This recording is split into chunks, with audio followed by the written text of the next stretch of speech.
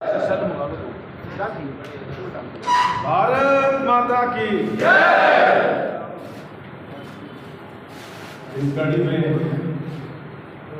हमारे भाई महेंद्र कंबोज का नाम रह गया तो मैं बोल देता हूँ। और मेरे यहाँ रिश्तेदार भी खड़े हुए हैं, और अगर सबका नाम लेना शुरू कर दूँगा तो आप सब मेरे भाई बहन रिश्तेदार ही हैं, तो मैं आपको अपने से अलग ही नहीं मानता।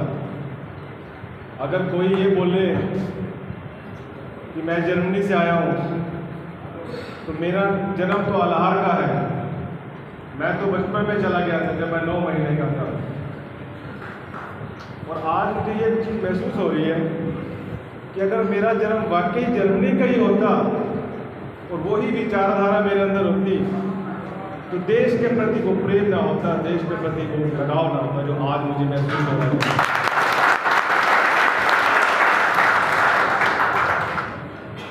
मेरे पिताजी राजकुमार कंबोज हर साल मुझे बोलते हैं कि आप कुछ न कुछ ऐसा काम भी करो जो कि देश के लिए हो, जो कि शहर के लिए हो, जो गांव के लिए हो। और मैं आपको बताना चाहता हूँ, वो लोग जो सबसे लास्ट लाइन में भी हैं, टेबल्स के ऊपर बैठे, वो भी सुने। ये चीज़ें मैं 5 मिनट में ख़त्म कर दूँगा। कि मैं अपने गांव में गया, मेरे गांव से भी यहाँ पर आए हैं 5-7 लोग। कहाँ आए हैं? खड़े हो जाए एक बार। कहाँ है? अल्हार से। हाँ, वेरी गुड।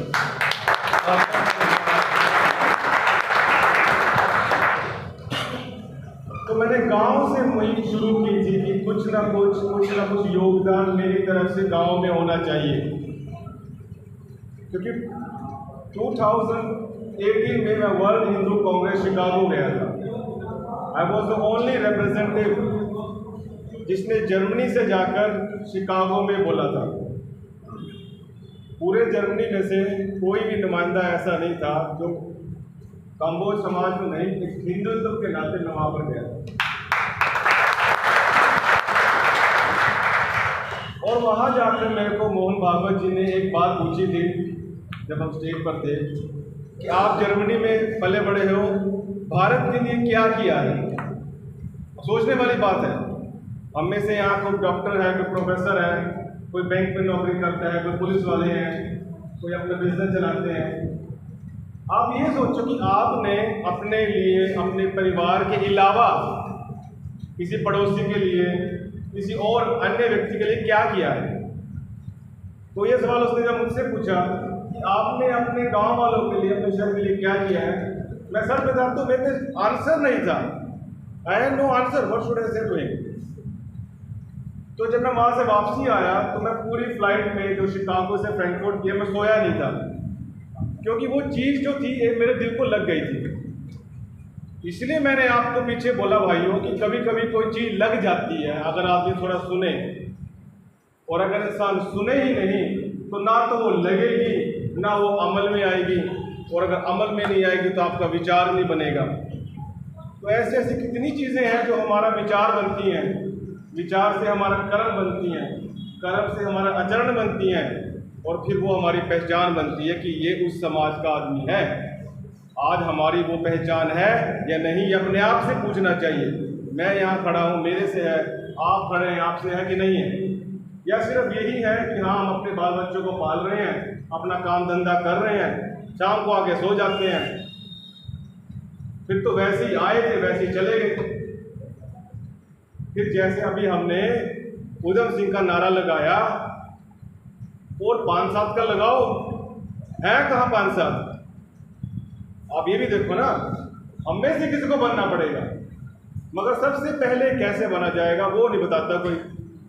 इसीलिए मैंने बताया कि ये सुनना और सुनाना बहुत जरूरी है। आज मैं आपको बताता हूँ, पिछले 10 साल से भारत आ रहा हूँ, कुछ ना कुछ काम कर रहे हैं, कुछ ना कुछ योजनाएं लगा रहे हैं।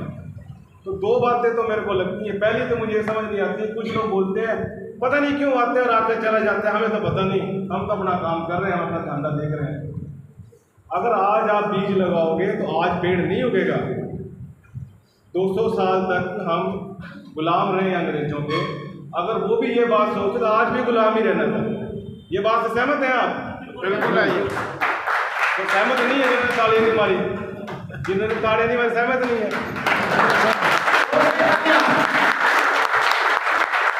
भारत माता की जय, भारत माता की जय। अभी मैं दूसरी बात बताना चाहता हूँ कि पहली बात क्यों बोलूं। अगर हम सहमत नहीं है तो हम उसको सहन क्यों कर रहे हैं? अगर किसी चीज से सहमत नहीं है तो उसको आप बोलो कि मैं सहमत नहीं। हम जिस चीज को ऐसे छोड़ देते हैं ना, वो चीज खराब हो जाती है। पानी अगर खड़ा रहे जगह तो खराब हो जाएगा, उसको ना बहना चाहिए। इसलिए ये जरूरी है कि हम कर्म जरूर करें, इस चीज के लिए कर्म जरूर करें। इसलिए मैं आता हूँ, मैं कर्म करता हूँ। और आज मुझे इस बात का बड़ा गर्व है कि मैंने गांव से मुहिम शुरू की थी। गांव से 10 लोग आए हैं, आसपास से कितना कम वो समाज है आपका।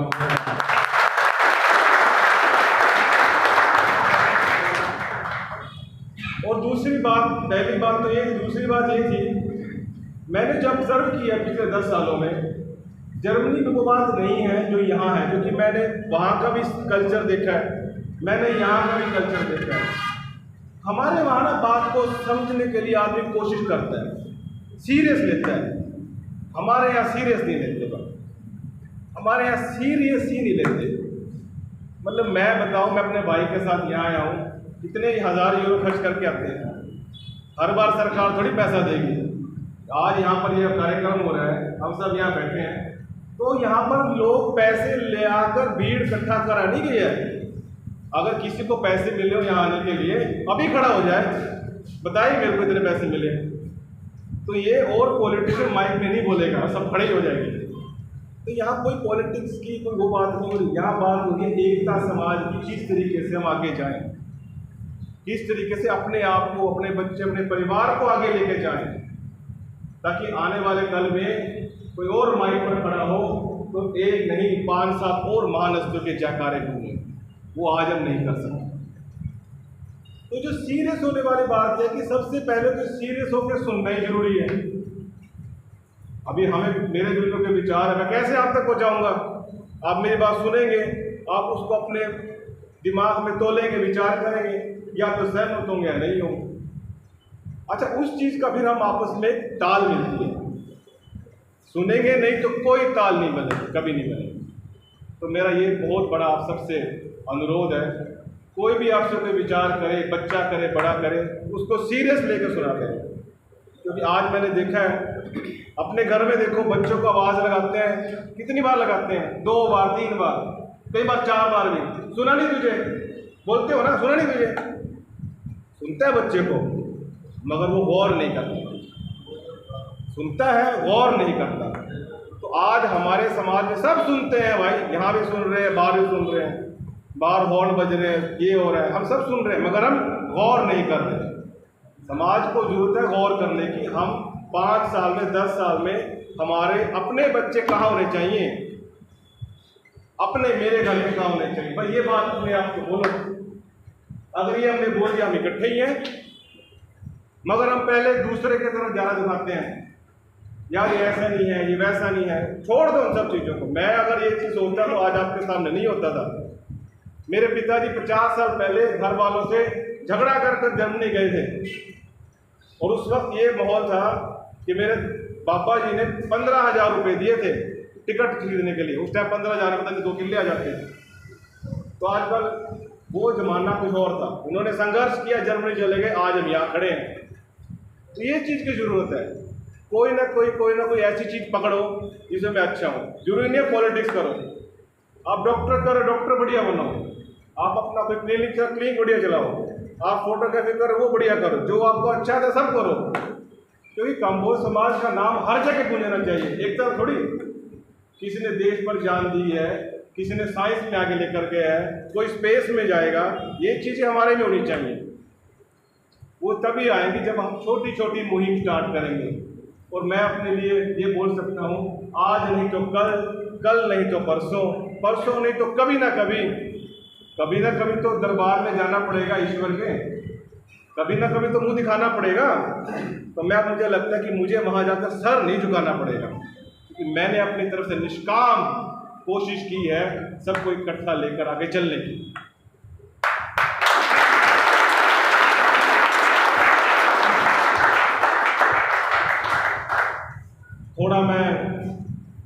माध्यम से एक बात बताना, 2-3 बातें बताना चाहूँगा।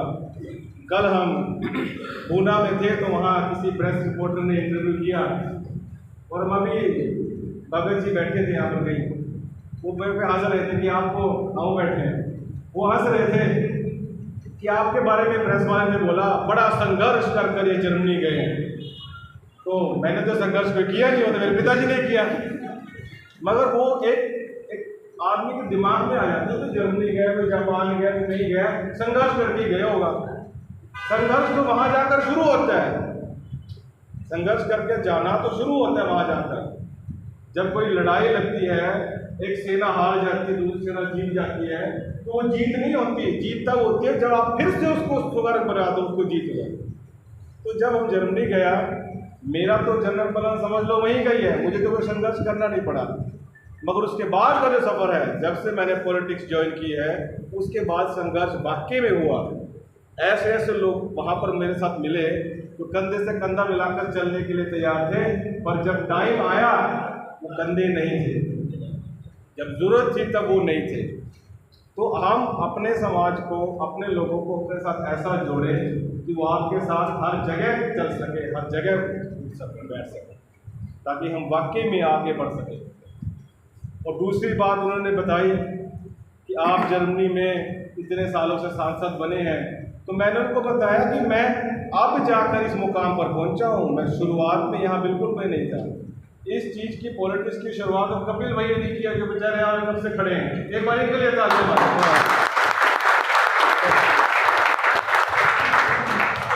कपिल काम्बोज बड़े भाई हैं मेरे, और मैं जर्मनी में भी ये बात बोलता हूँ, ये सिर्फ मुझे कहीं ना कहीं बोलने के लिए साथ रखता है, नेता तो असली में यही है।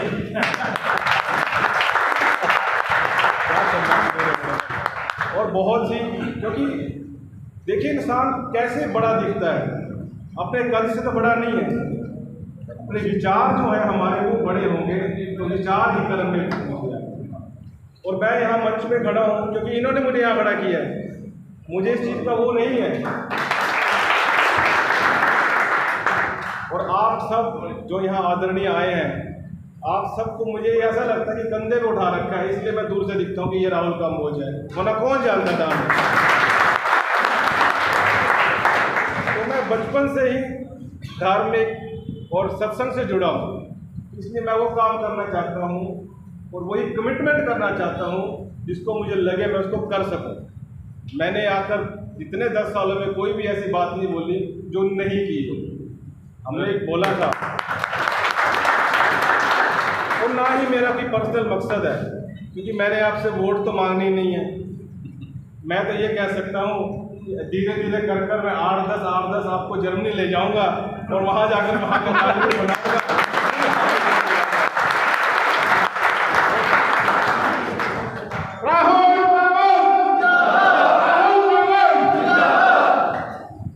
पिछले महीने में डेरा बाबा शाह के यहाँ पर गया था और वहाँ पर बहुत बड़े पॉलिटिशियन आए हुए थे और मुझे वहाँ पर बोलने का मौका दिया गया। सीएम साहब भी वहीं पर थे 31 जुलाई को, और उस दिन मैंने अपनी तरफ से उनको एक इनविटेशन दिया था कि मैं चाहता हूँ कि आप जर्मनी आए, बाबा जी जर्मनी आए और वहाँ हम आपका पूरा यूरोप का टूर करेंगे, सत्संग करेंगे, लोगों से मिलाएंगे, एकता जुगाएंगे, बताएंगे कि काम्बोज समाज के भी लोग यहाँ पर रहते हैं, हमारा क्या होल्ड है, हमारी क्या पहचान है। अच्छा, मैंने ये बोल तो दिया, उसके बाद जो कार्य शुरू हुआ वो इतना आसान भी नहीं था। मगर मैं आपको ये बता सकता हूँ, कल मैं बाबा जी के पास गया था, उनको इन्वाइट किया, उनका सारा वीज़ा, सारा प्रोसेस सब बढ़िया हो गया।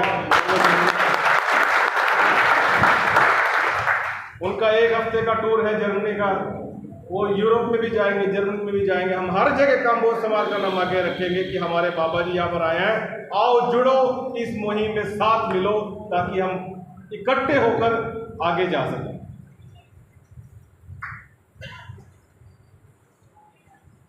बहुत कुछ बोलने को है, मुझे आपने टाइम दिया, मगर 1-2 चीज़ बोलकर मैं बैठ जाऊंगा। और इसमें से एक ये भी है कि अगले ही महीने मैं एक डेलीगेशन लेकर भारत सरकार से मिलने आ रहा हूँ, जिसमें कई स्टेट्स के डिप्टी चीफ मिनिस्टर्स हैं, लॉर्ड मेयर्स हैं, मेयर्स हैं, और हमने ये डिसाइड किया है जर्मन सरकार की तरफ से कि हम जैसे दूसरे देश हो गए जिनके साथ काम करते थे, उनसे छूटकर अब हम भारत के साथ काम करना शुरू करेंगे। उसके ऊपर आकर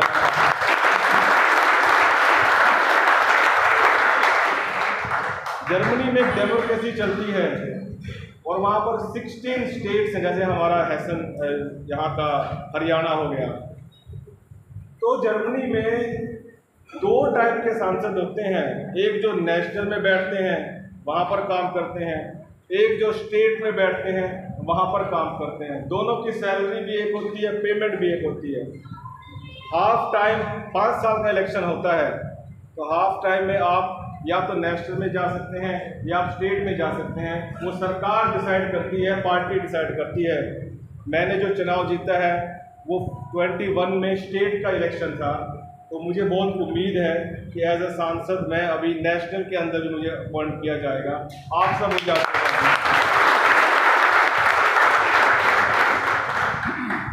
और ये भारत सरकार के साथ कमिटमेंट हुआ है। जर्मनी ये चाहता है कि एक स्टेट ना हो बल्कि 2 या 3 स्टेट के साथ बात की जाए, फिर वो बजट पास होता है कि कौन सी स्टेट के साथ काम करना है। उसमें हैदराबाद, तेलंगाना भी था, उसमें पंजाब भी है, उसमें हरियाणा भी है। और क्योंकि मैं उस चीज़ को लीड कर रहा हूँ तो मेरा झुकाव तो हरियाणा की तरफ ज़्यादा है।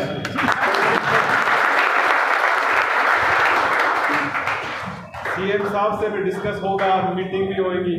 बस मैं ये चाहता हूँ कि मुझे ये फील होता है कि ब्लेसिंग से ज़्यादा, आशीर्वाद से ज़्यादा कोई बड़ी पावर नहीं है। आप सब मुझे आशीर्वाद देंगे तो मैं वो प्रोजेक्ट जरूर हरियाणा में ही लेकर आऊँगा। और उस प्रोजेक्ट में मैं बता दूं कि हम एक बहुत बड़ा हॉस्पिटल बनाना चाहते हैं, जिसमें से जर्मन से डॉक्टर्स यहाँ आएंगे, यहाँ लोगों को ट्रेंड करेंगे। जब वो चल जाएगा तो यहीं के डॉक्टर्स को संभालेंगे, जर्मनी वाले पीछे हट जाएंगे। ऐसी स्कीम हमने लगा रखी है। और दूसरी ये है कि हर 6 महीने में 1 साल में 10 या 20 नौजवान फ्री ऑफ कॉस्ट उनका यहाँ से स्कूलिंग कराकर, उनको पढ़ाकर, जर्मन सिखाकर हम विदेश में नौकरी दिलाकर रहने का इंतजाम करवाएं।